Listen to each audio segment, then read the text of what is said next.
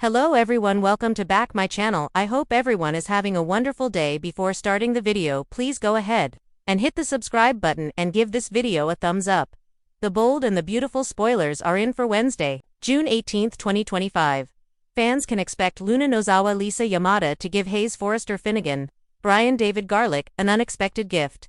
Meanwhile, Nick Marone, Jack Wagner pushes Ridge Forrester's Torsten K buttons. In the next episode, fans can expect Luna to continue fuming over the bond that John Finnegan Tanner Novelin has with Hayes. Even though the doctor rejected Luna multiple times, she still puts the blame on Steffi Forrester. Jacqueline McInnes would Luna just spied on Finn, Steffi Hayes, and Liam Spencer, Scott Clifton having an art class at the beach house.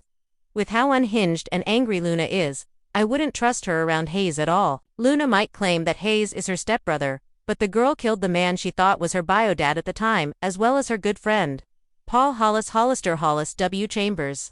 Luna approaches Hayes when he is outside for a few moments unattended. It seems that the girl has an unexpected gift for the little boy.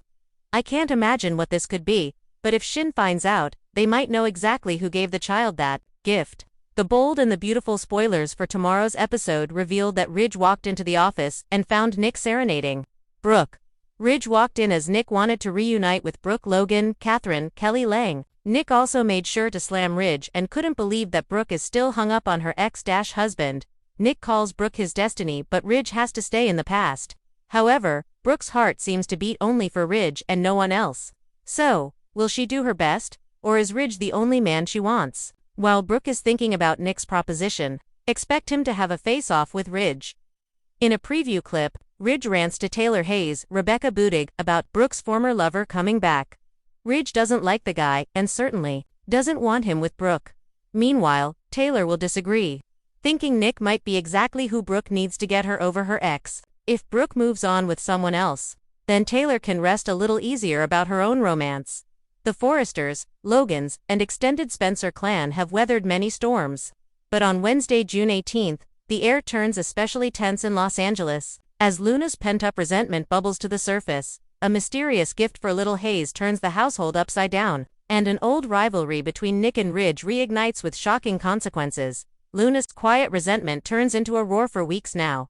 Luna Nozawa has been navigating a minefield of conflicted emotions. Her life was already turned upside down by the drugged kiss with Zende, her ongoing fallout with RJ, and her entangled connection to her mother Poppy's secrets. But on Wednesday's episode, Luna reaches a breaking point at Forrester Creations.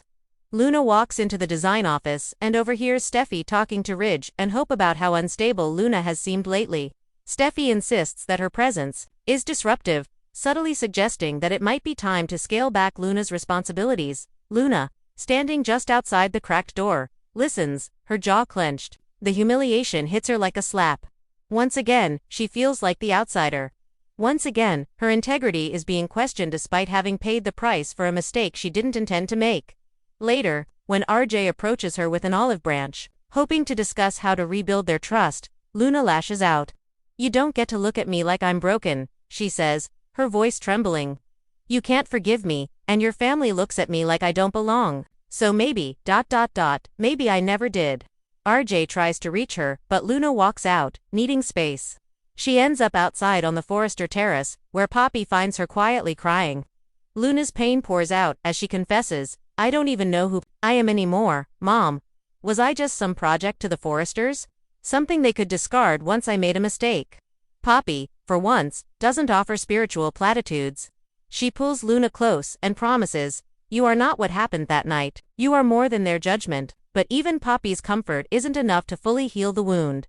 Luna's resentment, long buried under politeness and professional ambition, has surfaced, and it's not going anywhere quietly. Hayes' mysterious gift shocks Steffi and Finn. Meanwhile, at the Cliff House, a seemingly innocent package arrives addressed to little Hayes Finnegan. The courier says it's a belated birthday gift. But there's no return address, only a card that reads, "For the one pure soul in this family, protect him well." Steffi raises an eyebrow. Finn opens the box cautiously. Inside is a handmade wooden horse, beautifully crafted, almost antique in design, but beneath the toy lies a folded note. Finn reads it aloud. "Not all sins are buried. Watch your son closely, because not everyone wants to see him safe." This is not a threat, it's a warning. Immediately, alarms go off in Steffi's head. What the hell is this? Who sent this? She asks, her voice rising in panic. Finn, already on edge due to recent tensions with Sheila and Bill, tries to maintain calm but can't shake the eerie feeling. They call Ridge and Liam over, wanting input. Liam is especially disturbed, remembering all too well the trauma of losing Beth and the threats posed by people like Thomas in the past. I don't like this at all, Liam says. That sounds like someone watching you.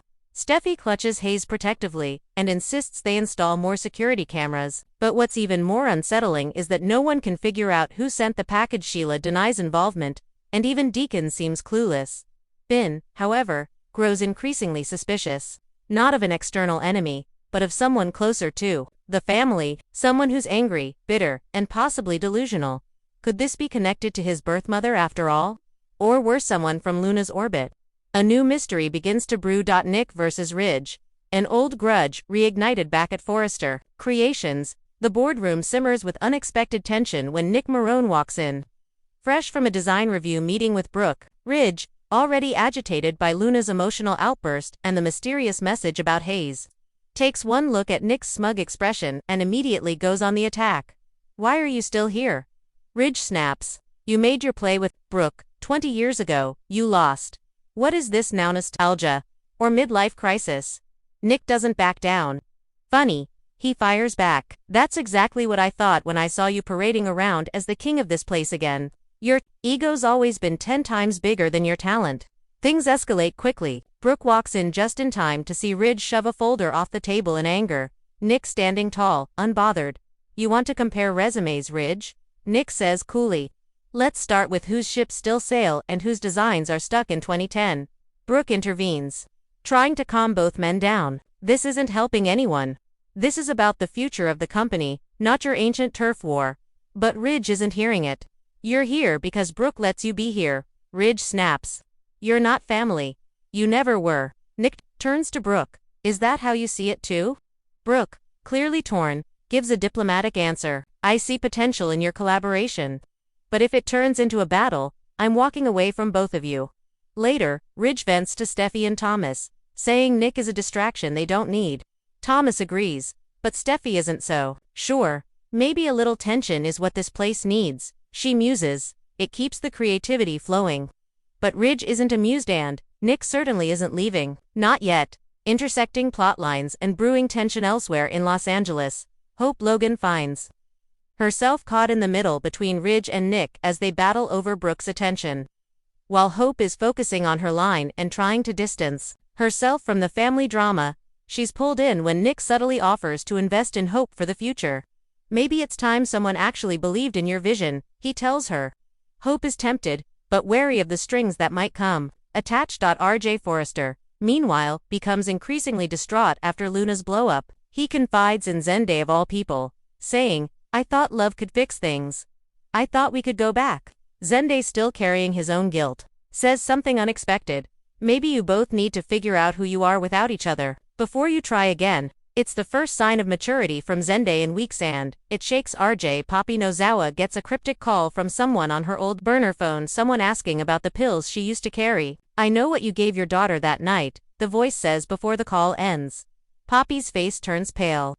Is someone targeting Luna? Or blackmailing Poppy? Cliffhanger. Luna's dangerous decision. The episode ends with Luna driving along the Pacific Coast Highway, tears in her eyes, the wind in her hair.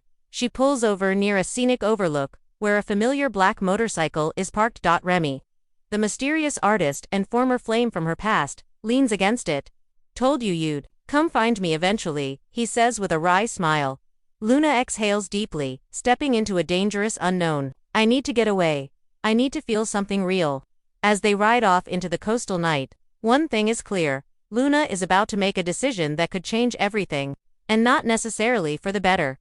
What to expect next Wednesday's episode sets the stage for a wave of emotional explosions and mysterious developments. Luna's departure could send RJ spiraling.